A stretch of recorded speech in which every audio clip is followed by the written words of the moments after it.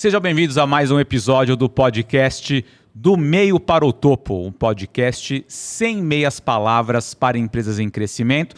Quero te convidar desde já a se inscrever aqui no nosso canal no YouTube, a seguir a gente lá no Instagram. E eu repito, todas as vezes a gente tem sempre um convidado especial. E desta vez eu tenho a honra de dizer que é a primeira mulher que está sendo entrevistada aqui no nosso podcast. Você vai conhecer a nossa convidada em breve e ela é tão amiga minha que ela ri das minhas piadas sem graça. Ri demais e tem uma risada muito gostosa, você vai conhecer. Bem-vinda, Ana. Prazer estar aqui, Rodrigo. Super Obrigada obrigado pelo convite. Imagina, uma alegria você ter se deslocado de Alphaville até aqui só para a gente bater esse papo. E eu vou começar pedindo para você, poderia te apresentar aqui, mas quero começar pedindo para você se apresentar. Quem é a Ana? O que a Ana faz hoje? Lógico que eu conheço, mas eu quero que todo mundo aqui conheça também. Sim. Bom, a Ana é mãe, primeiramente, de 3 adultos já. Eu chamo de crianças, mas eles 31, 27 e 26. Também uma serva de Deus. Eu acho que isso é muito importante. Sem dúvida. A identidade em Cristo. Essa é a minha identidade está baseada nos atributos de Jesus. Isso é importante. Sou profissional de tecnologia, executiva de tecnologia há quase 28 anos. Já trabalhei em várias empresas de tecnologia de diferentes mercados, infraestrutura, virtualização, a parte de segurança nos últimos quase 10 anos, que, na verdade, eu me apaixonei por esse segmento. Eu acho que desdobra em muita coisa e, para mim, eu considero um propósito, além de uma carreira. Sou apaixonada pelo que faço, me desdobro para fazer sempre o melhor. E é isso, é uma pessoa simples e que gosta muito do que faz. Isso é maravilhoso, isso é maravilhoso. E gostar do que faz, eu estava até conversando com um amigo meu ontem, eu voltei de férias, né? E aí, amigo e cliente, ele falou, daí ele me trouxe lá um desafio muito legal, e eu gosto do desafio que ele trouxe. Ele falou assim: tava melhor lá onde você tava, não tava não? Eu falei, cara, você sabe que não, porque eu gosto tanto de resolver esse tipo de problema, eu fico tão feliz em resolver esse tipo de problema, que para ele é um problema, entre aspas, pode ser uma oportunidade, né, mas tem uma carinha de problema. Eu falei que eu tô feliz pra caramba de estar aqui, genuinamente eu tava, e eu acho que isso faz parte da gente amar o que faz. Isso. E quero aproveitar e já te perguntar, você está no mercado de tecnologia e no mercado de cybersecurity, esse é o termo certo? Sim. E como é, Ana, estar em um mercado tão masculinizado como o mercado de tecnologia, especificamente o mercado de cybersecurity? Imagino eu, você tem muito mais informação do que eu, é muito mais masculinizado do que o próprio mercado de tecnologia mais geral, amplo, assim, né? Uhum. Como que é uma mulher ocupar uma posição de liderança num mercado tão masculino? É uma jornada e é um processo também de autoconvencimento. Acho que tem várias coisas aí nessa pergunta. A mulher, por si só, ela já é um pouco mais inibida em alguns ambientes. E quando esse ambiente é mais masculinizado, a gente tem que se posicionar de uma maneira um pouco mais firme. Não masculinizada, porque não é isso que vai nos impulsionar, mas usar os nossos atributos femininos para galgar ali os espaços, preencher as lacunas que nos competem. Uhum. Porque assim como o homem é extremamente capacitado, e aí tem um detalhe, a área de segurança é uma área essencialmente técnica, quando você olha a natureza daquilo que a gente faz. Uhum. Então, normalmente, o homem é mais técnico, mais pragmático. E a mulher teve que desenvolver essas habilidades e desenvolveu muito bem. Eu faço parte de uma organização non-profit que impulsiona mulheres na área de cybersecurity. Que é o ONCE? Que é o ONCE, isso. E quando a gente começou o trabalho da ONCE em 2019, a ONCE começou operando em Latam. Eu sou responsável pelo Brasil. Legal. A gente, em 2019, tinha como 8% no máximo de mulheres no espaço aí de cyber. Hoje a gente tem em torno de 20%. Dobrou. Ainda falta muito para a gente conquistar os espaços todos que eu creio que existem. Até por mais um dado aqui para você conhecer, quando a gente olha a força de trabalho global em cyber, a gente está falando de 5,2 milhões de pessoas na área de cyber globalmente. Quando a gente olha o gap, 4,2 milhões de pessoas globalmente. Ou seja, há muito espaço, há muita necessidade nesse mercado. Então, há muitos espaços que a mulher pode preencher. Eu estimulo muito aquelas que têm um viés mais técnico, que se aperfeiçoem, e eu, que tenho um viés mais comercial, um viés mais de negócio, também tem muitos espaços para isso também. Então, não existe um segredo, existe muito estudo, muito trabalho, posicionamento claro, conhecimento e bora fazer o negócio acontecer, né? Ana, e para quem não conhece, como eu não sou um especialista nesse mercado, conheço muito pouco, para te falar a verdade, do mercado de cybersecurity, como é que você definiria esse mercado para quem não conhece e por que ele é tão importante? Hoje, tudo que a gente faz está dentro do universo digital. Tudo. Fato. Né? Você tem uma transação bancária, você quer comprar, você quer fazer qualquer coisa, você quer se comunicar. Está dentro do mundo digital. A área de cyber é responsável por manter esse universo digital seguro. Essa é a nossa missão. Nos mais variados âmbitos. E para isso aí entra partes técnicas, quando você olha para segurança de infraestrutura, quando você olha para segurança de device, de dispositivos, você olha para segurança de IoT, por exemplo, câmeras conectadas dentro da sua casa. Então, tem várias coisas dentro desse universo que necessitam de segurança. Assim como tem o segurança na entrada de uma loja. Nós somos a segurança invisível, que é como tivesse ali na porta da sua casa, quando você tem uma internet, por exemplo. E você hoje é uma diretora Brasil da Akamai. Latam. Latam, é verdade. Latam. E que tipo de cliente que a Akamai atende e como é que se define o business da Akamai, que você é diretora Latam? A Akamai ela tem um portfólio muito extenso. Ela tem 3 verticais de atuação. Ela atua em segurança, atua em distribuição de conteúdo e infraestrutura e atua na parte de produtos tão específicos para telco que não vale nem a pena citar, mas tem esse segmento também e permeia across tudo isso, serviços. Na unidade de cyber, e eu olho tudo isso, eu não olho só segurança. E na área de segurança, você tem os mais variados produtos e soluções e serviços que vão ali fazer uma parte da segurança de perímetro, segurança de rede, segurança de website, API, né? Assim, são termos aí mais técnicos, mas hoje está muito difundido. API todo mundo sabe o que é. Sim, né? Sim. Então, tudo isso a gente faz dentro da Akamai. E que tipo de empresa que contrata a Akamai? É verdade. Todos os segmentos de mercado. Varejo, finanças, indústria. Assim, uma empresa que tem soluções por ter essas 3 torres, ela tem soluções para variados tipos de indústria. Então, a gente atua, mas, obviamente, quando a gente olha sob a perspectiva de segurança, obviamente, os setores mais maduros são finanças, healthcare e varejo. Então, grandes bancos, todos fintechs... Todos são clientes. Os grandes bancos, todos são clientes da Akamai. No Brasil e na América Latina? No mundo. Todos os grandes bancos do mundo são clientes da Akamai? São. Olha que dado e que representatividade, né? A Akamai é americana. A Akamai é americana, tem mais de 25 anos de mercado, é uma empresa muito sólida, começou com distribuição de conteúdo. Que curioso. Qual que era o objetivo, né? A gente lá continua, a gente aproxima o cliente ao dado. Então, aonde existe, a Akamai tem infraestrutura no mundo inteiro, e o que a gente faz? A gente acelera a entrega desses conteúdos através dos nossos servidores, para ser simplista, né? Sem ser técnica. Então, a gente aproxima o conteúdo dos nossos clientes com segurança. Que bacana, que bacana. Ana, e voltando um pouquinho essa questão, a gente está... Nosso podcast, que esse episódio ele vai no ar em março, que tem o Dia Internacional da Mulher, o Mês da Mulher, enfim.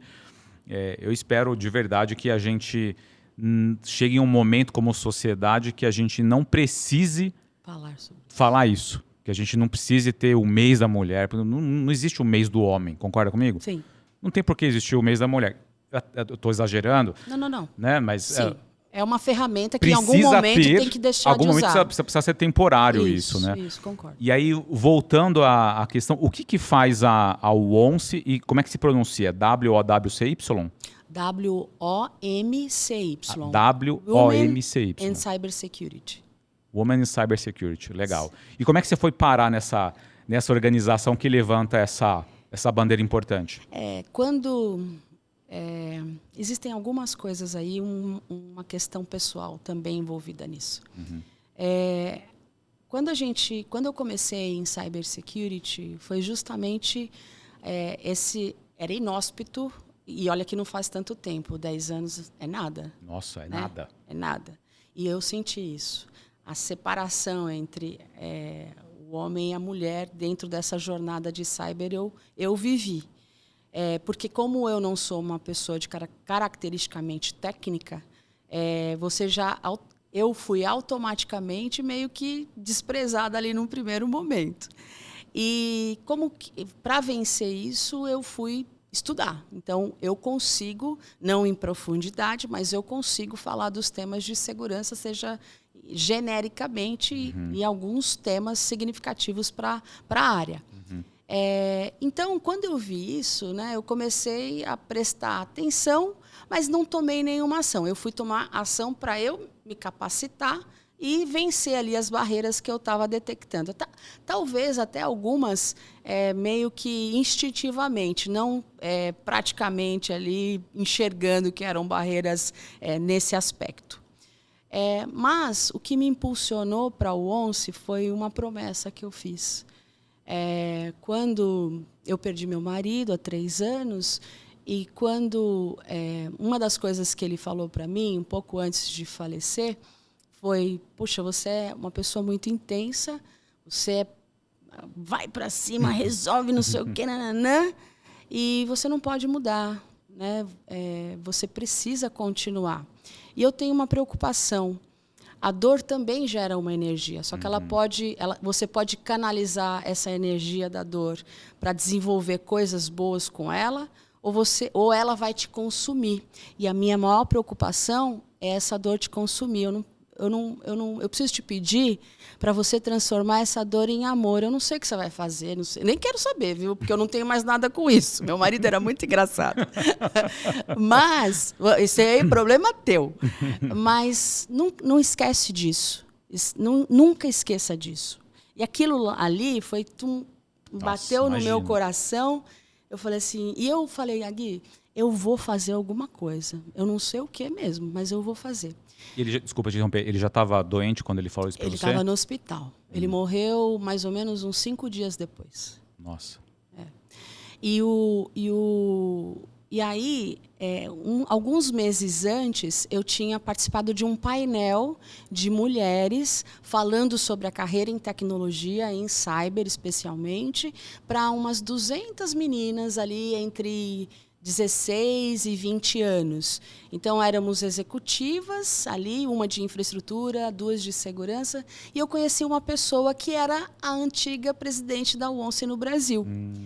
E aí eu falei para ela, olha, o que você precisar... Meu marido já estava doente nessa época, e o que você precisar, se eu puder ajudar, vai ser um prazer, né? Aí ela falou, tá bom, tal, e ficou aquilo cacheado aqui, cash, guarda, né? E quando ele faleceu, eu estava indo para os Estados Unidos, eu fiquei uns dias nos Estados Unidos, e no avião eu lembrei da Andréia. Aí eu falei assim, vou ligar para a Andréia. Do nada, assim. Andréia, eu estou indo para os Estados Unidos, eu volto daqui tantos dias, vamos deixar marcado um almoço para a gente conversar? Queria entender um pouco mais da ONCE. E aí a Andréia falou, mas beleza, vamos marcar. E aí voltei. Quando eu voltei, a gente foi almoçar. Nós ficamos 4 horas conversando. Uau. E aí rimos, falamos de ONCE, choramos. E eu não tinha... era o segundo contato. Na verdade, o primeiro contato real com a Andréa foi naquele dia, no dia do almoço. E aí fui para casa, beleza. Passou alguns dias, a Andréa mandou uma mensagem para mim. Ela falou assim, olha, eu estou pensando em sucessão. Eu acho que eu já estou há muito tempo, eu quero ir para o conselho. E eu precisava, estou vendo algumas pessoas, conversando com algumas pessoas, para eventualmente assumir a ONCE no Brasil. Aí eu falei, por que ela está falando isso comigo, né? Que ela me conheceu ontem. Se conheceu há pouco tempo, né? Aí... E ela depois tem histórias por trás disso, é muito legal. Aí eu falei assim, Andréa, me explica melhor, né? Porque eu não conheço a operação, né? E eu queria ser só uma voluntária, apesar de ser voluntária. Uhum. Eu sou voluntária, mas eu só queria ir aprender. Ela falou assim, você tem uma grande chance de aprender, eu vou te explicar. Aí é muito detalhe, né? Tem muita coisa que a gente faz, a gente impacta muita gente. Que legal. E foi assim. E aí eu falei, tá bom, eu aceito. E ela fala para mim, ela falou que ela estava esperando, ela falou assim, acho que ela não vai aceitar. Acho que não vai. Aí quando eu falei que aceitei, ela falou, não acredito que ela aceitou. E aí ela estava conversando com 4 pessoas, aí no final ela definiu e resolveu passar o bastão para mim. Ela é uma pessoa muito especial em vários aspectos, extremamente competente e Imagino. me ensina muita coisa do meu dia a dia. Ana, e por que você acha que... Porque não é normal, né? Em tão pouco tempo, uma pessoa te conhece e te convida para assumir um cargo de liderança de uma organização tão importante.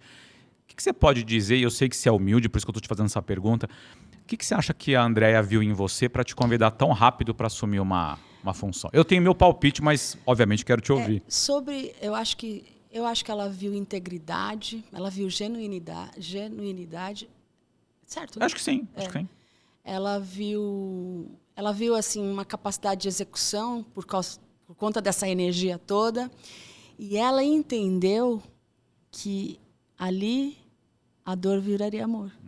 Olha aqui. Entendeu? Ela foi sensível a isso, entendeu? Então, tanto que a gente no começo, lá no almoço, a gente falou assim, vamos... E a cabeça dela é muito ágil. Uhum. E ela teve, não, vamos fazer um projeto, já sei, um projeto assim, não sei o quê, nananã. Aí, depois do almoço, o projeto vai chamar Hackeando as Dores do Bem. Hackeando as Dores do Mundo. Eu falei... Nossa, que legal. Eu falei, tanto que a apresentação que eu fiz na Central, lá na Batista, a apresentação chama Hackeando as Dores do Mundo. Que legal. E aí não foi nada do Hackeando as Dores do Mundo, foi ser a executiva da ONCE no Brasil. Então, assim, eu acho que ela viu isso, mas ela teve uma sensibilidade, mas eu acho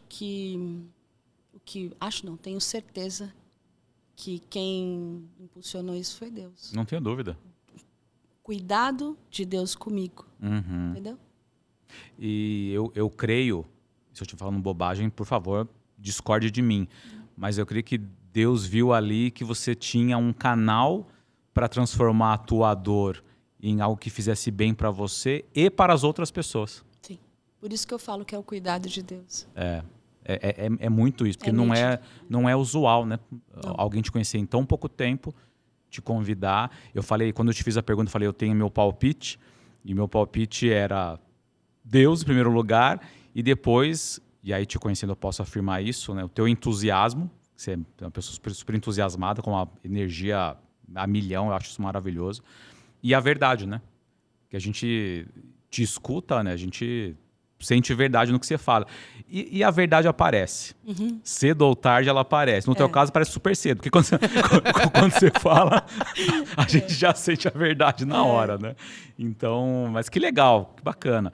E fala um pouquinho da tua trajetória, Ana, até você chegar na Akamai. Você falou que se eu entendi corretamente, faz 10 anos que você entrou no mercado específico de cybersecurity.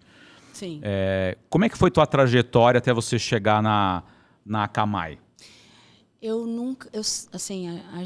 Minha família era uma família muito simples, que não tinha recursos, mas sempre foi uma família que me ensinou os valores da palavra de Deus, os valores que a gente crê, né?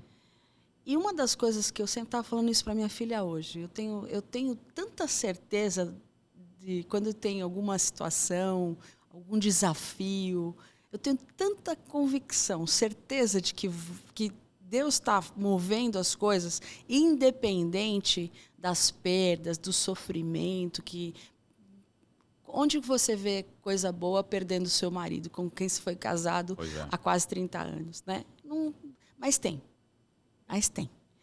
Por mais irracional que isso possa parecer, né? Não existe como eu explicar isso. Só existe como, quando a gente tem essa fé que toma conta, que ela está dentro, tão dentro da gente, que a gente não consegue não entender que até isso contribui para o meu bem.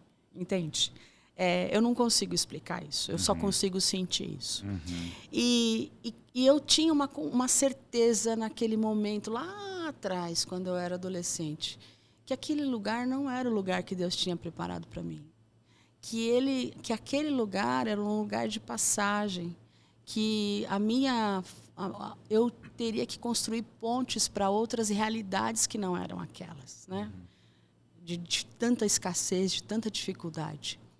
E aí eu coloquei outra coisa, né? Eu coloco os negócios na cabeça, eu vou construindo essas pontes para viabilizar. É óbvio que eu acerto todas, claro que não. Sim, mas eu tento. Hoje eu acerto até um pouco mais velha, né? Já errei tanto, né? Aqui a gente já sabe que não vai dar certo, vamos por ali, né? Então, o que eu comecei a fazer? Estudar, né? E uma coisa que tinha no Brasil na época, a Xerox do Brasil. Xerox era a maior empresa multinacional que existia no Brasil. Sério? Sério. Que ano é isso, mais ou menos? Isso foi em 96. Nossa, eu não sabia disso, fazia ideia disso. Uma das maiores empresas americanas do Brasil. Extremamente, assim, bem posicionada. Era praticamente, assim, só existia ela praticamente. Sinônimo de fotocópia. Exato. Você que tem menos de 30 anos e está assistindo a gente, pergunta pro ChatGPT o que é fotocópia.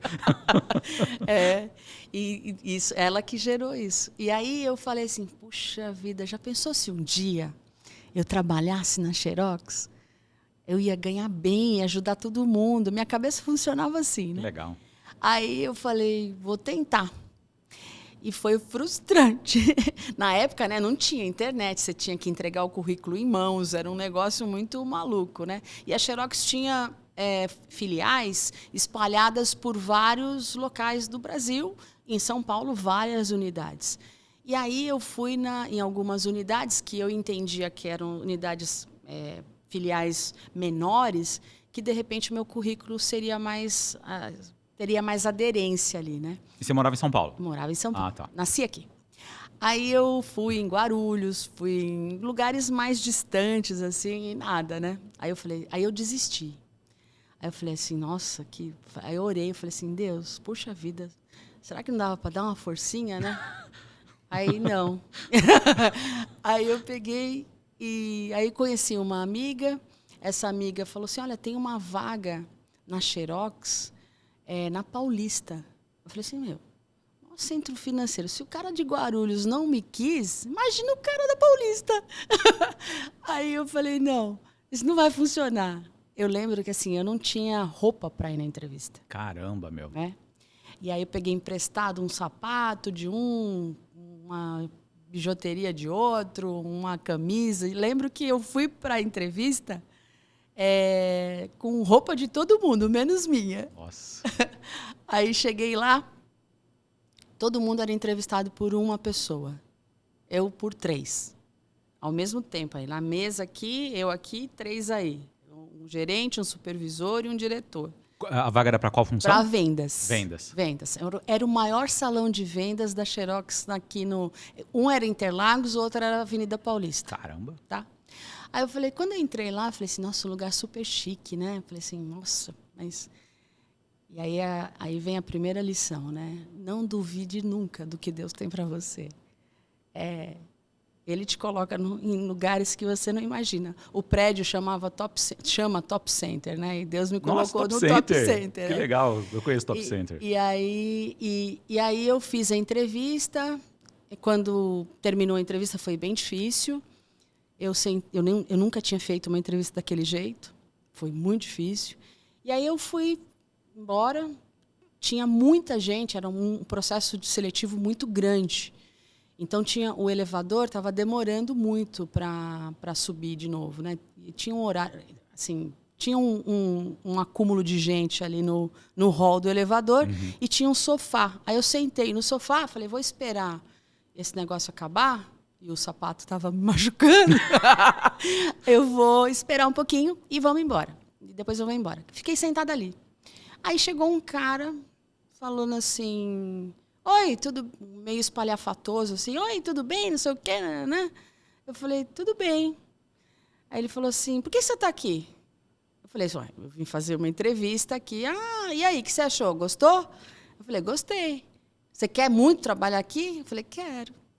Aí, e conversando com ele. E ele me puxando.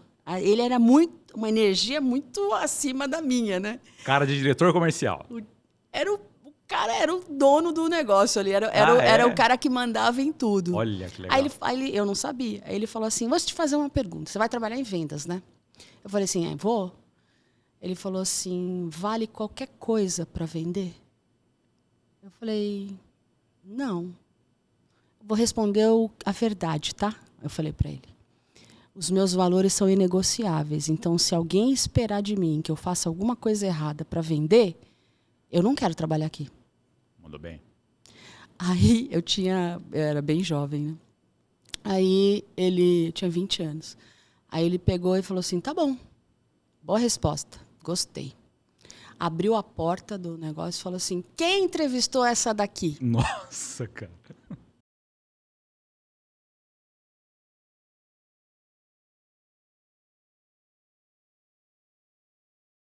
Fui eu. Vocês vão deixar ela embora? Ela está contratada. Nossa, cara, que história. Aí eu falei, tá bom. Você está contratada. Eu falei, tá bom. Aí eu fiquei pensando, eu falei, meu, e agora, né? Como que eu vou ter roupa para todo dia? Porque eu só tinha roupa para esse dia. Não, mas aí foi. No primeiro mês entreguei todos os resultados. E aí, no segundo mês, eu conheci meu marido. Olha que legal. Vocês conheceram na Xerox?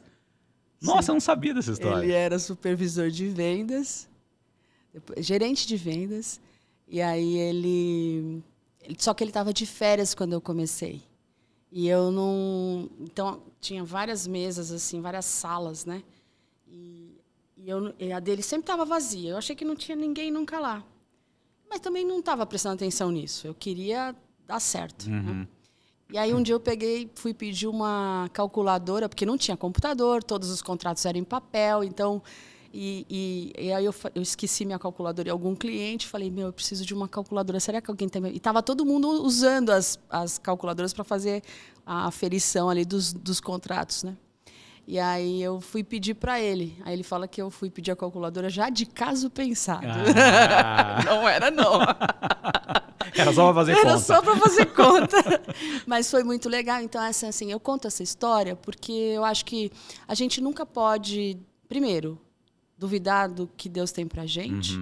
Se a gente tem alguma coisa dentro do nosso coração, nem sempre nós seremos os viabilizadores disso. Grande parte das vezes vai ser Deus que vai nos colocar em determinados lugares para a gente conseguir alcançar alguns objetivos. E a partir daí eu fui só trabalhando em multinacionais. Então, assim, eu trabalhei em várias multinacionais, né? Aí depois eu saí da Xerox, a Xerox começou em 98 com um movimento de conectividade. Aí as copiadoras viraram impressoras, todas conectadas na internet. Então, era outro tipo de copiadora, já entrando na parte de infraestrutura de rede e de telecomunicações, porque precisava ter um link ali. E aí, o que aconteceu? Uma empresa chamada Divel se organizou no Brasil com alguns fundos de investimentos ingleses, francês e americano, e abriram a Divel. E qual que era o pré-req da Divel para contratar o time de vendas? que esse vendedor tenha trabalhado na Xerox, porque a Xerox investia muito na força de vendas, treinava muito, capacitava muito a gente. Legal. Então, eles já queriam profissionais prontos. E aí eu recebi um convite para ir para a Dível, fui para a Dível, mas fui contratada em São Paulo para trabalhar em Curitiba. Foi outra vitória, porque na época o valor do salário de São Paulo para você viver em Curitiba era muito diferente. Uhum. Então aí eu fui para outras empresas de tecnologia, Citrix, Nutanix, Impero. Aí eu entrei no mundo de segurança e estou aqui. Você ficou quanto tempo na Xerox? Fiquei 3 anos e pouco. Você saiu Eu não depois... queria namorar com meu marido, mas ele era muito chato. Ele ficava me convidando. Ele era de vendas. Ele era. Ele soube conduzir o negócio. Não, e aí a minha amiga falava assim, não, o Aguinaldo é tão legal. Eu falei, ué, por que você não namora? Você é solteira também? Namora você com ele, se ele é tão legal assim. Eu não quero, não. Mas ele dava umas dicas pra você. Vamos jantar, vamos almoçar, vamos sei o quê. Não, não. Eu falei assim, não quero, não. E ele era 12 anos mais velho do que eu, né? Aí eu peguei e falei, não quero não, não quero não. Eu falei assim, é o seguinte, aí me encheu as paciências, falei assim, é o seguinte, você quer me encontrar? Toda quinta-feira e domingo eu tô nesse endereço aqui, ó. Se você quiser, vai lá. Era a Bíblica da Paz, a igreja. Era a igreja, cara. Que legal. Ele foi. E ele não era cristão? Não. Ele se converteu e a gente casou. Que história legal, basicamente, né? Foi isso. Que história legal. Foi muito legal. E depois você da Xerox você foi para Dível? Dível hoje é o UOL. Ah, é? É. Olha que interessante. A UOL comprou a operação de telecom da Dível e virou o UOL Dível e depois ficou só o UOL, pelo que eu sei. Aí trabalhei, depois da Dível, eu trabalhei na Intelig, lembra? Do 23? Nossa, Intelig, 23. Trabalhei na Intelig, que hoje é TIM. A TIM comprou a operação da Intelig. Aí depois eu fui para... meu Deus, não lembro para onde eu fui, mas aí depois teve tecnologia mesmo. A NTT. A NTT é uma das maiores empresas globais de integração de tecnologia. Na época chamava Dimension Data, era uma empresa sul-africana. A cultura sul-africana é muito legal de trabalho. Ah, é? É. O que você tem de curioso para contar assim, da cultura sul-africana? São muito verdadeiros, assim, é muito direto, muito objetivo. Eu gosto muito de objetividade. Nossa, eu amo isso. Israelense também é muito assim, muito pragmático, sabe? E como eu sou muito direta, às vezes o pessoal acha que a gente é grosso, mas não é. É só, Nossa, esse é o caminho. Repete essa frase, por favor. Quem trabalha comigo aí, por favor. Não, nós não somos grossos. Nós somos só objetivos. E queremos resolver. É tempo também. Acho que a gente vai aprendendo a resolver as coisas em um curto espaço de tempo e as pessoas... E israelense é muito direto, então eu fiquei mais direta ainda. Nossa, sensacional. Então, mas enfim. E aí eu fui para... Aí eu fiquei o sul-africano tem uma questão também de... Eles são muito verdadeiros, muito humanos, assim, sabe? Pelo menos a minha experiência foi essa, tá? Depois eu fiquei... Um grupo japonês chamado NTT comprou a operação da Dimension no mundo inteiro. Aí eu me integrei à NTT. Eu fiquei na NTT como vendedora para atender um cliente específico durante 9 meses. Aí depois, em 9 meses, eu assumi uma gerência de vendas. Em mais um ano, eu assumi toda a área de vendas da NTT no Brasil. Sim, foi muito legal. E essa foi uma retomada, porque eu fiquei um período sem trabalhar. A gente mudou para Londrina pelo trabalho do Aguinaldo e ele falou assim, Ana, aqui vai ser uma grande brecha para você ser mãe. Se você quiser, a gente consegue dar conta de tudo, eu consigo dar conta de tudo e você pode cuidar só das crianças. Se você topar, eu gostaria muito. Eu falei, não, eu topo. Aí eu pausei a minha carreira e fiquei em Londrina, morei em Londrina, fiz algumas consultorias porque eu não consigo ficar parada, mas não tinha um vínculo empregatício, sabe? E aí, quando eu falei para o Aguinaldo depois de 2 anos e bem, eu falei assim, eu quero retomar minha carreira. Ele falou assim, puxa, a gente vai ter que voltar para São Paulo, então, porque senão você não vai conseguir, aqui não tem nada no seu nível. ou acelerado, que você possa dar um step back e depois retomar, né? Eu falei assim, então vamos. Ele falou, vamos. E você já tinha quantos filhos? Os 3. Ah, os 3? Os 3. Ah, então você aproveitou bem o intervalo Sim. de 2 anos e meio. Sim, sim. Aí a gente voltou, aí eu entrei nesse processo seletivo, que foi de retomada. Por isso que eu voltei como vendedora e depois fui até virar diretora. Isso num curto espaço de tempo, menos de 2 anos. Ana, e você teve a oportunidade de trabalhar em diferentes culturas. Sim. Japonesa, americana, sul-africana. E você é brasileira. Israelense. Israelense. Que para mim é melhor. Então, fala um pouquinho sobre isso. Quais as diferenças que você vê entre as principais culturas? E depois eu vou te fazer uma outra pergunta sobre a cultura brasileira. Mas qual que é a diferença que você vê entre as principais culturas? Então, quando eu olho americana é número. Você tem que ter sempre o racional ali, embasado em data-driven, né? A gente tem que ter as decisões, e eu sou muito assim, quais são os dados? Baseado neles, a gente toma uma decisão. Então, racional. Racional. O sul-africano, ele leva isso, obviamente, em consideração, mas ele olha muito uma parte do lado humano ali, né? Tipo, se você não está performando, puxa, existe uma razão. Onde é que eu te ajudo para te impulsionar? Essa é uma visão bem diferente do americano. O americano não é, você fez número, beleza, você não fez, tchau. Bom, é bem assim. Não importa a tua história, a tua dor, não. Teu desafio. 0. Mexicana também. Ah, nesse nível pragmático assim também? Dura. Japonês. Uma educação, um respeito, um negócio assim que é assustador. É muito diferente da nossa cultura. E um respeito ao ser humano, óbvio, uma cobrança violenta, mas o respeito ali, um respeito hierárquico muito grande, sabe? É esse negócio que eu não gosto disso, eu sou muito informal, então isso para mim me pega um pouco. Israelense, por que eu falo que é melhor? É pragmático, gosta de número, de dados, de cruzamentos, de não sei o quê, de análises assim, que eu também gosto. É objetivo ao extremo, fala a verdade, não importa se errou, você errou aqui, não sei o que você vai fazer para corrigir?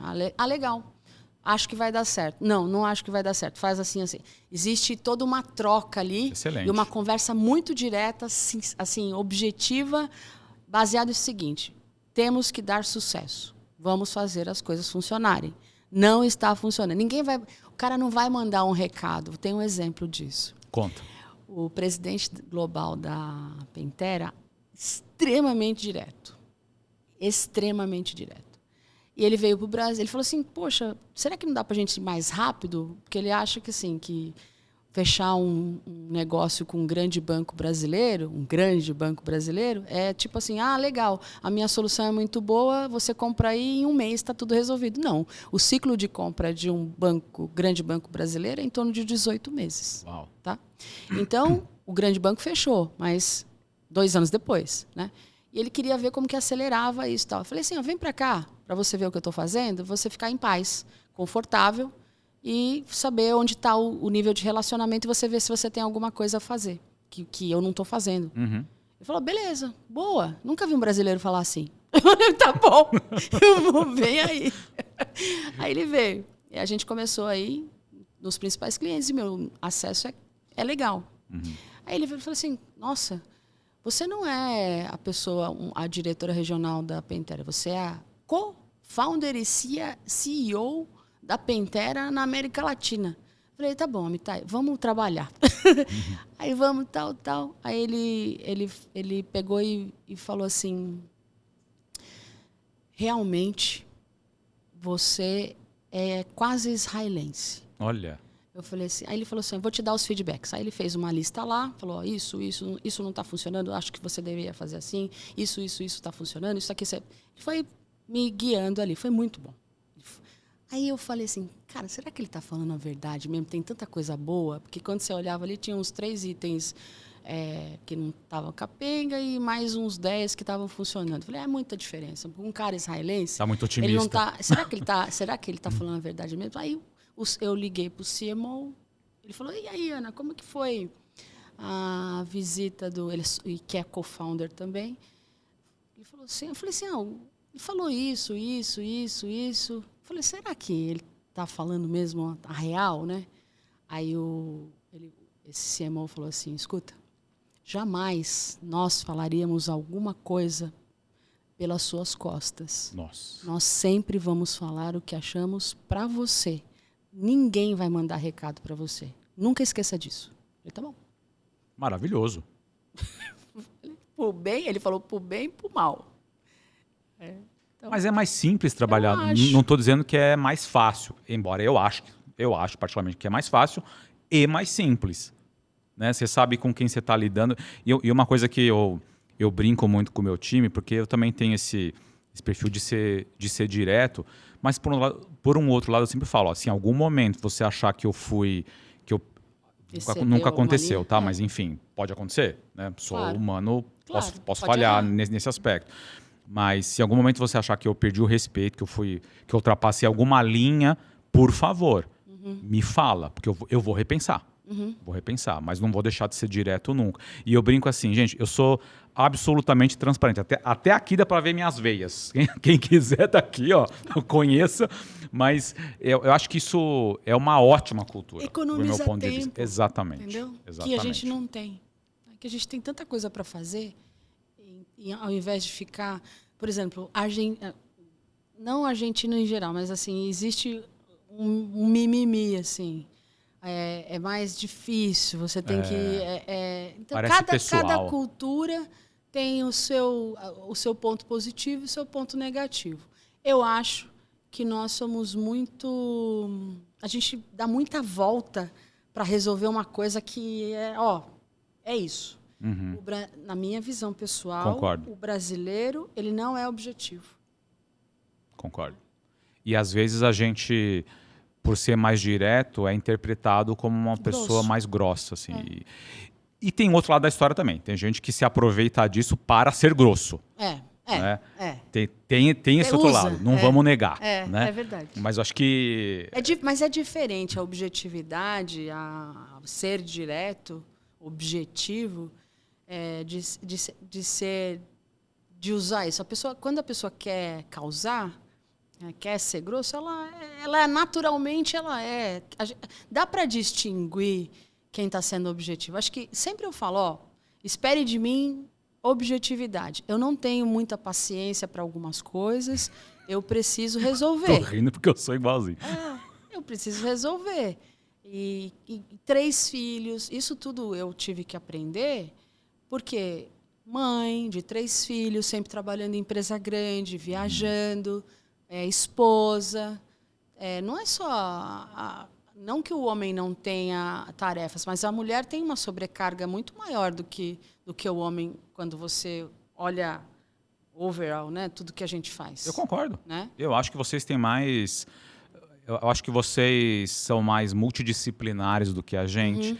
Se por um lado a gente consegue em alguns momentos, talvez até profissionalmente falando, ser mais direto em alguns pontos... Eu acho que vocês têm a capacidade de analisar contextos melhor do que a gente, na minha percepção. Mas é isso mesmo, eu também acho. Vocês são mais amplas e talvez a gente seja mais profundo. Estou sendo generalista aqui, tá? Mas é minha interpretação. Por isso que eu gosto tanto e defendo tanto essa diversidade, esse equilíbrio. Eu não acho que o homem é melhor que a mulher é melhor que o homem. Acho que não existe isso, é uma discussão que nem deveria existir. Mas essa complementariedade... E eu vejo muito isso, o fato de ser sócio da Eliane. Há 25 anos. E a gente se dá super bem. E não é perfeito, como qualquer relacionamento, obviamente. Mas a gente tem muito mais momentos... 95% dos momentos... De vamos lá e vamos junto e vamos superar as dificuldades do que os momentos que a gente, peraí, vamos sentar e vamos discutir essa dificuldade que a gente está tendo, porque ela vai tomar tempo nosso. E no nosso caso, o que sustenta a gente, profissionalmente falando e também familiarmente falando, é porque a gente sabe que a gente quer ir para o mesmo lugar. É isso aí, o objetivo comum. Né? A gente pode, em algum momento, divergir e falar, será que esse é o caminho? Será que essa é a melhor decisão? E eu acho isso ótimo, porque quando você tem discussão saudável, porque um não está anulando o outro. Isso.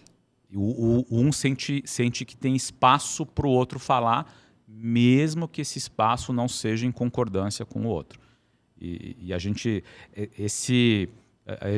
tem um acordo tácito, não é um acordo, obviamente, escrito, né? Mas assim, me fale sempre o que você está pensando.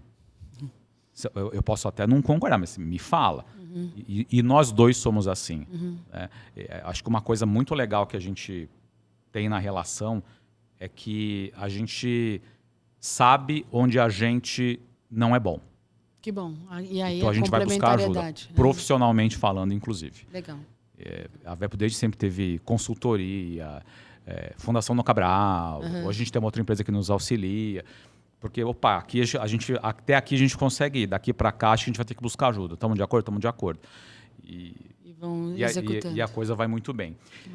Vamos falar de cultura brasileira, porque eu acho que, na minha percepção, a gente tem dois lados da coisa. Né? Um lado é a cultura do coitadismo, né? A síndrome do vira-lata, e do outro lado, deixa para o pai que o pai faz. É verdade. Para quem joga truco, parece que o Brasil sempre tem o Zap. Né? Não é bem assim. Me conta a tua percepção da cultura brasileira. Então, eu vejo esse vitimismo muito latente. Como eu trabalho com vários países, eu vejo que, sim, a gente tem um potencial incrível de desenvolvimento, a gente tem um vitimismo grande. Porém, a gente tem uma criatividade que excede a criatividade de outras culturas, na minha visão. Nós somos mais adaptáveis. Eu acho que essa adaptação natural, ela vem dessa criatividade. A gente encontra caminhos onde não existem. Muitas vezes eu falo isso, porque a gente... Imagina, eu saí de uma operação, eu era líder no Brasil, que eu tinha um budget X de marketing. E aí eu saí dessa operação, fui assumir uma outra operação. Eu tinha 10 vezes menos de budget no ano seguinte. Eu falei assim, gente, a gente não tem dinheiro para nada. O que nós vamos fazer? Fizemos muita coisa com o pouco dinheiro que a gente tinha, com a aliança. A gente teve que usar outras formas de execução para sair do outro lado também, porque não tinha. Então, assim, eu acho que... E aí vem isso que o brasileiro tem, que eu acho que poucas culturas... Na minha visão... Os americanos, que me perdoem, são muito by the book, né? Então, eu acho Por mais que o book seja legal, mas é by the book. Mas a gente extrapola um pouquinho e isso nos dá essa criatividade que traz novos resultados, novas possibilidades, novos negócios, novos mercados. A gente cria muito fácil, né? O negócio do chinelo foi sensacional. Aquele negócio O chinelo foi uma coisa que me marcou recentemente. Por exemplo, o cara teve ali uma sacada, criou o chinelo em 3 cores e saiu do outro lado com aquela linha ali que não existia, saiu do nada.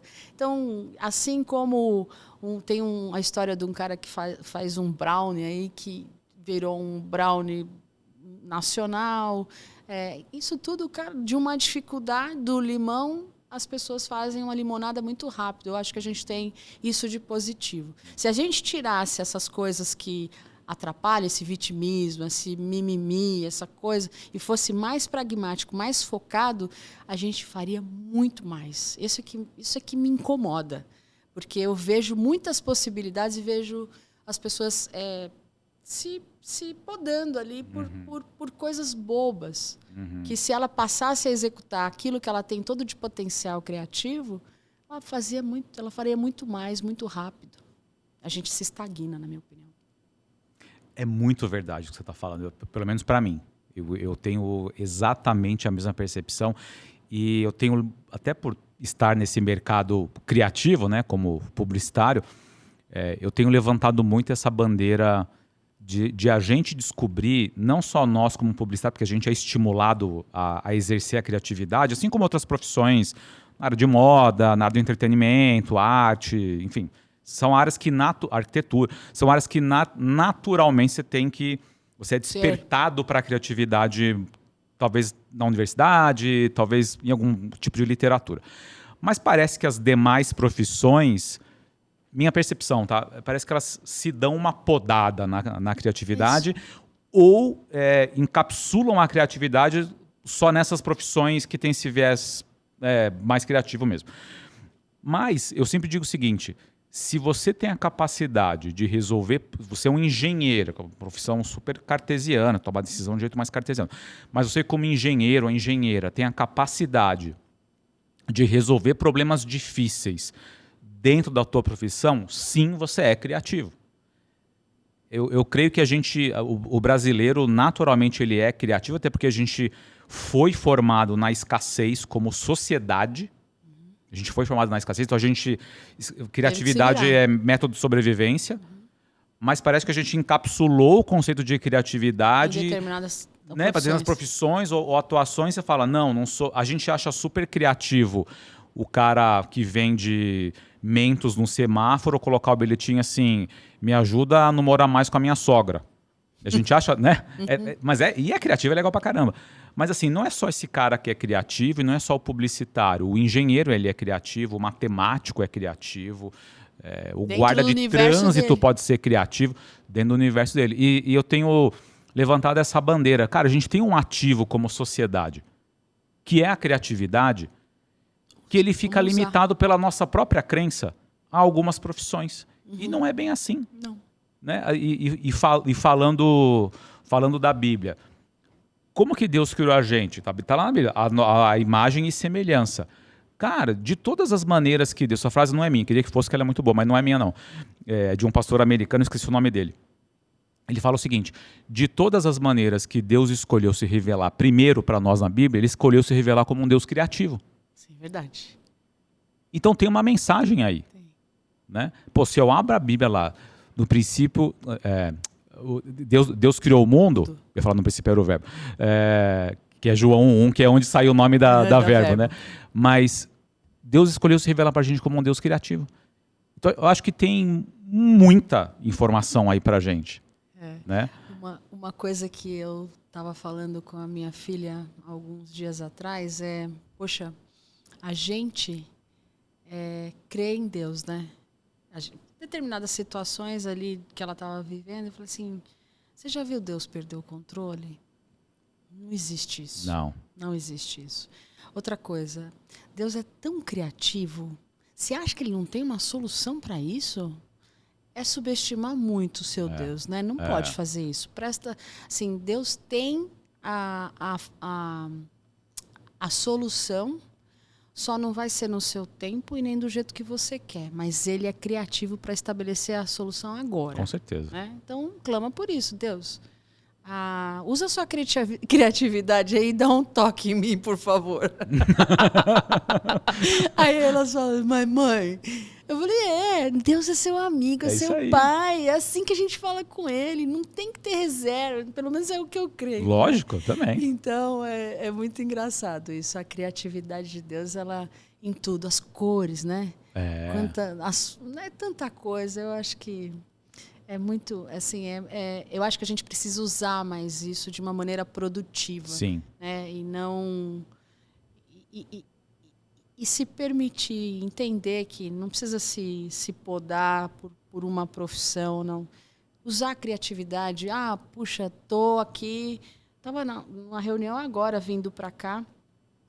Puxa, tem essa vertical. O que a gente vai fazer nessa para aumentar o pipeline?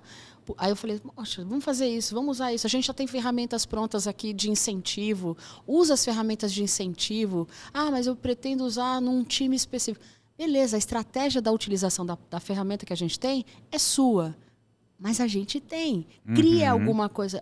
Aí eu dei algumas ideias. Eu não tinha pensado nisso. Eu falei assim, gente, o que a gente precisa fazer é gerar demanda, gerar negócio. Vamos nessas 3... E outra coisa que eu não acredito, Rodrigo. Eu não acredito em iniciativas cheias de atividades. São 3, 4. No máximo. 3, 4, 3, 4. Isso é muito americano, não é? Ou não? Eu acho que é pragmático. Eu acho que não tem uma origem aí. Porque eu acho que é foco. Eu sou uma pessoa focada, eu gosto de foco, eu não gosto de distrações. Toda vez que a gente se coloca numa iniciativa, abre muitas frentes, você vai se distrair, claro, e alguma coisa não vai ser bem feita. Então, eu acredito que menos coisas e já um tempo setado para aquilo, a chance de você trazer resultado é muito maior. Na minha vida de vendas, sempre foi assim, eu sempre afunilei. Eu nunca quis atender muitas coisas, por exemplo. Sempre um set menor de clientes ou um cliente de um mercado específico. A minha cabeça sempre funcionou assim. E eu derivo isso para tudo que eu faço. Então, por exemplo, eu tenho dezenas de parceiros na América Latina. Eu defini quais são aqueles que são potenciais estratégicos e estratégicos, onde a gente tem que focar. Então, esse foco não significa que eu estou tirando gente do ecossistema. Nunca vai existir isso, porque eu também não acredito nisso. Mas eu preciso focar num primeiro momento para alavancagem. Se você não foca, se você dispersa, você não alavanca. Esse é meu raciocínio. Entendeu? E faz todo sentido. Voltei agora dos Estados Unidos e eu sempre gosto de, quando eu vou conhecer alguma cidade, não só lá fora, aqui no Brasil também, por alguma razão eu gosto de ir no mercado municipal dessa cidade. Eu sou apaixonado por isso. Então, eu estava em Uberlândia, tive uma tarde livre e eu falei, cara, vou conhecer o mercado municipal de Uberlândia. E fui, comprei os queijos maravilhosos lá de Minas, etc e tal. E eu estava nos Estados Unidos e fui conhecer lá o mercado municipal de Los Angeles. Que legal. Chama Farmers Market. E legal, e tinha comida do mundo inteiro. Eu até tirei foto. Sabe qual era o stand de comida que tinha fila que dava a volta no stand? Churrasco brasileiro. E o prato nada mais era... Eu não comi, porque eu estava lá fora e não queria comer comida brasileira, muito embora a gente sente saudade, né? Mas era arroz, farofa, e tinha a foto de um espetinho de picanha, de espetinho de fraldinha, e a turma que estava atendendo era brasileira. Como eu tinha muita fila, eu falei, pô, eu não vou parar para conversar com o cara, porque eu vou tomar tempo dele, vou atrapalhar o cara. Mas eu fiquei morrendo de vontade de conversar com ele. E me chamou muito a atenção a questão da comida brasileira num grande centro que tem imigrantes do mundo inteiro. Lá tinha comida tailandesa, coreana, japonesa. Por alguma razão não tinha comida árabe. Senti falta lá de ver uma esfirra, alguma coisa assim. Não tinha. Mexicana. A mais lotada brasileira. E não era barato para o padrão americano. Né? E eu fiquei pensando, falei, cara, que outros atributos a gente tem como brasileiro que o mundo talvez valorizaria? Eu refleti isso numa barraca de churrasco, mas tudo bem. Né? Não, mas assim... Mas eu fiquei pensando nisso. Mas, por exemplo, ontem, o nosso chefão, estava no restaurante lá, a gente estava fazendo um evento da empresa, e aí a secretária falou assim, Ana, você não quer oferecer uma tapioca para ele? Eu falei, eu não sei se ele já comeu. Ela falou, mas não seria interessante ele experimentar? Eu achei isso muito legal. Boa ideia também. Aí eu fui lá no restaurante e falei assim, escuta, você tem tapioca do quê? Eu falei, você tem tapioca do quê? Não, eu falei assim, é o seguinte, você tem queijo Minas? Aí ela falou, tenho. Tapioca eu sei que tem. Então faz um favor para mim, faz uma tapioca caprichada com queijo Minas. Mais nada. Nem nada. Delícia. Só queijo Minas e a tapioca. Aí eu falei, vem aqui. Você já comeu tapioca? Que é isso? Eu falei assim, isso é um... Você quer... Posso te pedir para você provar? Se você não gostar, você deixa que eu como. Ele olhou para minha cara e falou assim, você é muito engraçado. Ele falou assim, não, vou provar. Tá bom. Aí eu falei, ele falou, vou sentar aqui. Eu falei, tá bom. Comeu tudo, mas foi rápido demais. Aí eu falei assim, isso não tem glúten. Ele falou, nem que tivesse. Tô nem aí. Olha que legal, né? Uma coisa local, que é saudável, né? E ele adorou. E a gente... Isso é uma coisa também, né? Um ponto. A gente não valoriza também as nossas coisas. Exato. né?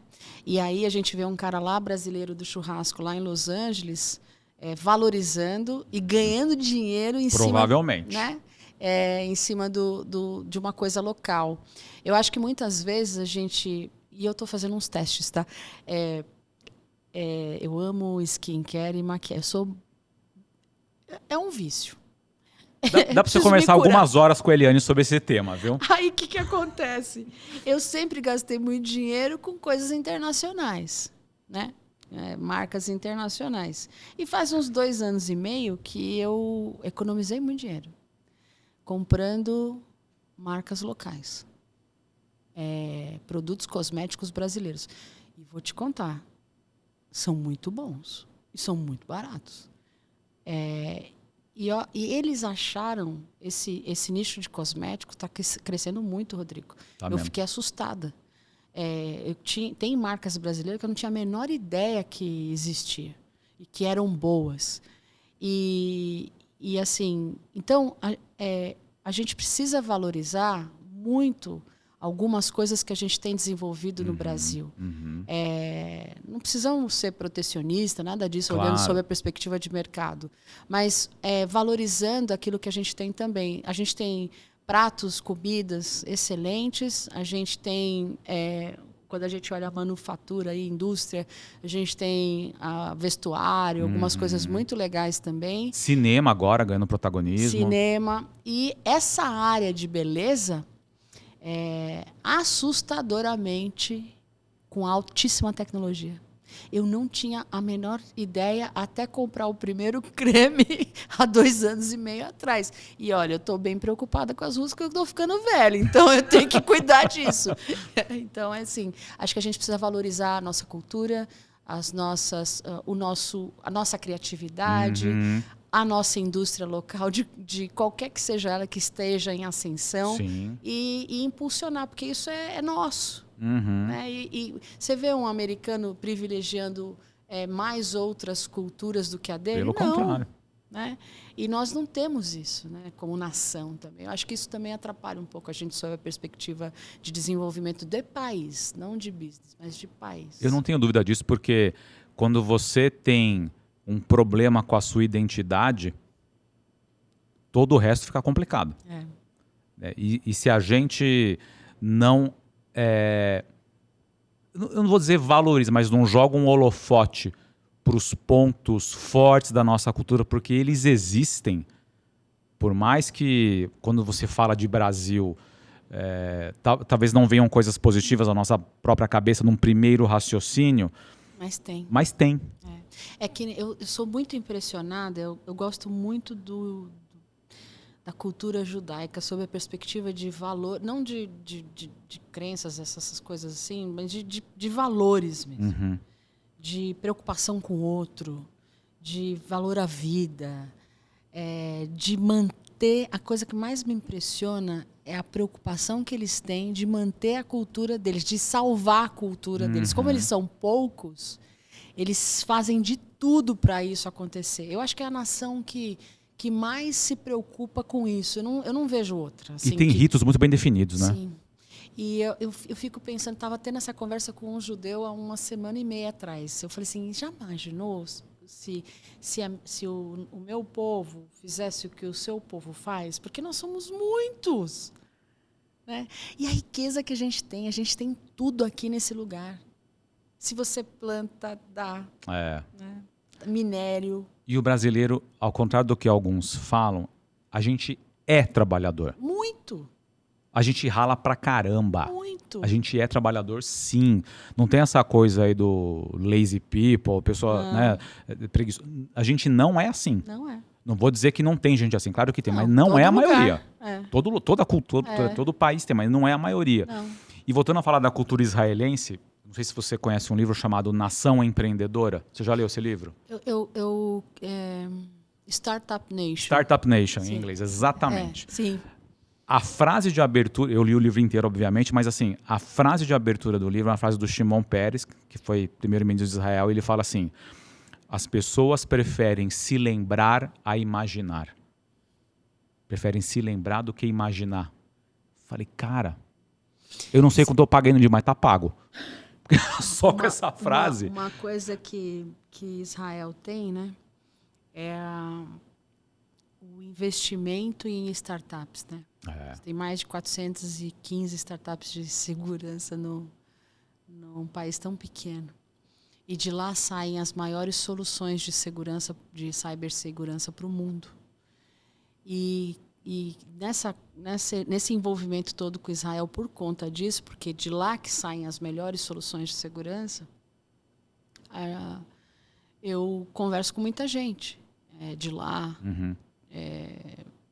E aí teve um professor que ele falou o seguinte para mim. Bom, ele não era um professor. Na verdade, o irmão dele tem uma empresa que desenvolveu uma solução para chão de fábrica. E essa solução é o seguinte: ela consegue detectar um ataque cibernético acontecendo pelas ondas que tem de eletricidade acontecendo nos cabos. Caramba! Do chão da fábrica. Meu pai. Ele mede as ondas ali. É um negócio assustador. Aí eu falei assim, de onde seu irmão tirou isso? Me conta aí. Como é que ele chegou nisso, né? E aí a gente começou a conversar e ele falou assim, Ana, sabe qual que é o ponto? Eu dou aula em Israel, em algumas escolas durante um período do ano. Ele mora aqui e mora lá. Né? Aí o que a gente faz? A gente pega do governo, da indústria, de algum segmento de mercado, principalmente saúde, quais são os principais desafios que existem ali? Precisamos achar uma solução. Desde uma solução simples, por exemplo, de uma situação de cabo, de cabeamento, até uma solução de achar uma vacina, uma cura de alguma coisa. E a gente começa a colocar esses assuntos na escola. Nossa! Então, aqui tem esse desafio. Monta um time aí, uma squad, para você resolver isso daqui. Quando você diz escola, desculpa te interromper, não escola. Uma universidade, uma escola mesmo. Escola, que é Caramba. Quinta série, sexta série. Agora mudou, ensino médio. Né? Que eu, tá vendo? Sou velha. Pra mim é o colegial. Eu também sou desse naipe. Então, na escola lá, eles começam a colocar nas aulas desafios de coisas reais que precisam ser resolvidas. E de lá, de cada uma das séries, sai uma solução de algum problema. Genial. E aí outra coisa que ele falou, quando você pergunta para uma criança o que ela quer ser quando crescer, ela fala que ela quer ser CEO. Eu quero ser CEO. Por quê? Porque ele sabe que dali vai sair uma grande empresa. Genial. Entendeu? Então, o mindset imagina a gente criativo do jeito que a gente é, se a gente tivesse uma educação assim, onde a gente estaria. Né? Porque a gente resolve o problema naturalmente. Se a gente tem uns pepinos maiores aí e botasse isso na mesa para as crianças já isso fazer parte da educação, da cultura da nação. Eu acredito muito na educação, eu acho que isso... Eu também. Sou um baita de um defensor disso e, assim, eu sei que é clichê, mas nada transforma mais o mundo do que instrução, educação. E achei maravilhoso não conhecia essa forma de resolver problema de Israel, porque você falou de quinta, sexta série ali, desde criança, você vai sendo estimulado a botar teu potencial para fora, a resolver problemas reais. Imagino quantas coisas saíram. E eu imagino quanta gente poderia trabalhar isso. Mas será que é interessante para quem está no poder, independente de lado? Eu não estou entrando em política, mas estou entrando em modelo de pensamento. Talvez não seja, né? Para cá. Eu acho que não, porque existe... Quando você olha a Latinoamérica, né? Na verdade, não é só Latinoamérica, mas eu acho que a Europa também está muito complicada nesse aspecto. Existe uma necessidade de poder muito grande. E aí, o que os nossos líderes globais fazem? Eles trabalham para a concentração do poder ficar com eles. Né? Você não vê ninguém trabalhando para disseminar isso, né? Para haver... Acho que isso é humano. Eu acho que esse egoísmo... meu. Né? Mas, assim, seria muito legal se a gente, pelo menos, né, dentro da nossa capacidade, a gente estimular o entorno que a gente está. Eu sempre falo isso. Talvez a gente nunca vai conseguir ver uma transformação aí de sociedade. Talvez não. Mas no meu entorno, será que eu estou fazendo alguma coisa para transformar isso? Se eu não estou, eu tenho que fazer. Claro. Eu tenho que fazer... mas eu vou impactar uma pessoa. Puxa vida, impactar uma pessoa no universo, no seu universo, aquela pessoa vai impactar outra. E assim vai. Não estou falando de pirâmide, nada disso. Eu estou falando de impacto social, de desenvolvimento. Então, eu creio muito nisso. Eu acho que a gente tem que fazer o nosso melhor para a comunidade ser impactada de alguma forma com aquilo. O que a gente tem de benefício, de bom, a gente tem que desdobrar isso para o nosso entorno. Eu sempre fui assim, sempre serei e vou lutar para que todo mundo, meus filhos, continuem fazendo o que eles fazem e continuem desdobrando também para a comunidade. Muito bom, Ana. A gente está chegando ao fim do nosso papo, passou rápido. Passou. E sempre eu peço para que o convidado faça uma pergunta sem filtros para mim. Rodrigo, você está me pegando surpresa? Sim, a ideia é essa. Então, queria te deixar aberto para você fazer uma pergunta e eu prometo responder sem filtros. Poxa, que difícil, hein? Bom, você como uma... Talvez não é uma pergunta sem filtro, assim, mas qual que é dentro do segmento de publicidade e segmento de marketing, né? Hoje, quando você olha para o mercado, qual é não é um desafio, mas qual que é o maior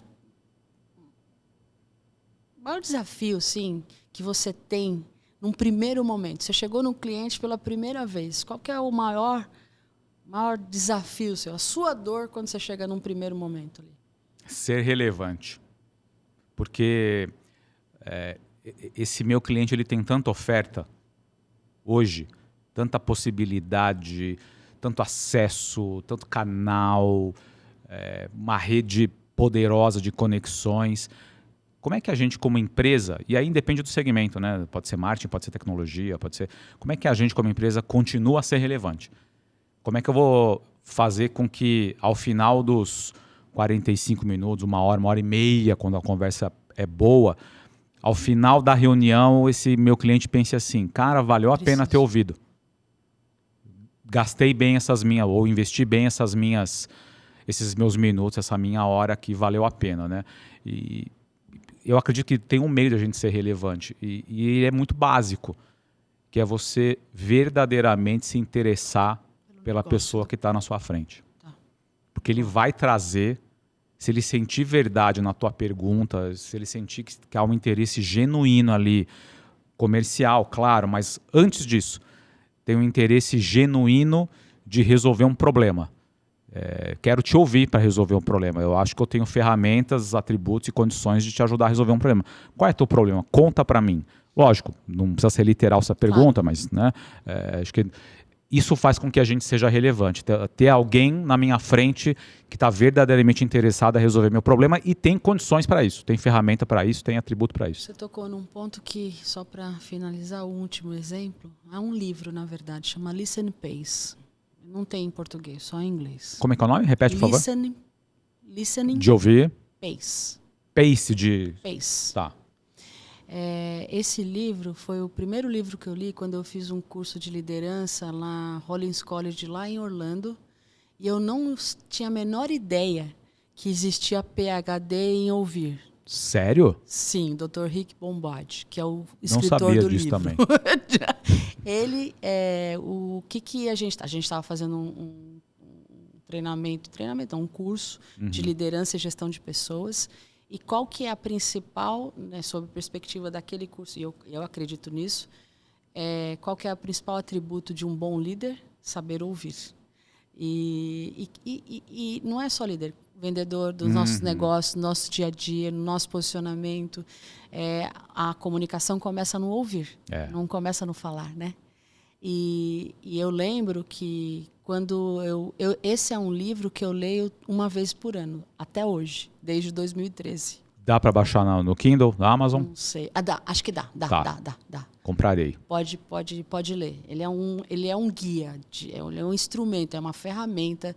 E quando o Dr. Rick chegou na sala de aula, ele tinha um tambor. Sabe aqueles gongos? Sei.